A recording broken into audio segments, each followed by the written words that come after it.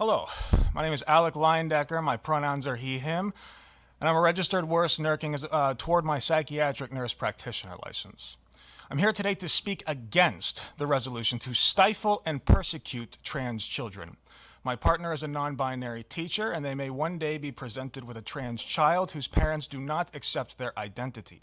I do not wish for my partner to be put into the compromising situation of having to choose between the child's safety and their own career.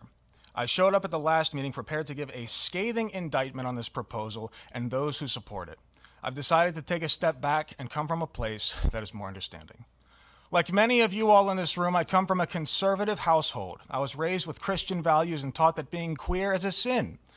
I held this value for most of my life, looking down on queer people, whom I deemed to be lesser simply because of who they are. But as I got older, I met a lot of queer people. Many of them were people I didn't even know were queer until later on. And the more time I spent around them, the more one thing became clear. Two things. One, they are just normal people like you and me. And two, they just want to exist. Something happened recently that demonstrated this latter point to me with unquestionable clarity. I showed up at the last board meeting wearing the same shirt I'm wearing now. I didn't get a chance to speak. I didn't even really talk to many people, frankly, but I showed up. And the funny thing is, that was enough to send me into a brief bout of Twitter and TikTok fame. Someone posted a picture of me checking in, and I became known as the trans shirt guy. My inbox was flooded with compliments and praise. But there were a couple comments that stuck out to me more than any others, and they can be summed up with 5 words. You make me feel safe. Even while writing this statement, I could feel the tears welling into my eyes. I'm just some guy. There's no way that I deserve that kind of praise. But that's just it. They looked at me, some random, albeit larger guy, who did nothing more than wear the colors of their flag and knew they could breathe easily, that I would not persecute them, and further, that I would defend them.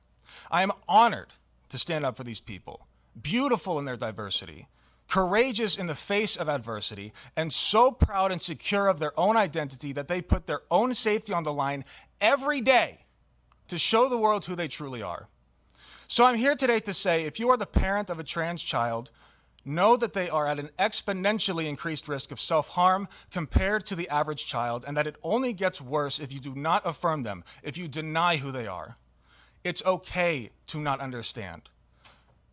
But please open your mind and listen to your child. They will tell you what they need. And if you are a trans child who is faced with a daily hardship of being forced into the closet, please stay strong. As a cis man, I have no right to ask this of you. But know that I am here for you. I am proud of you.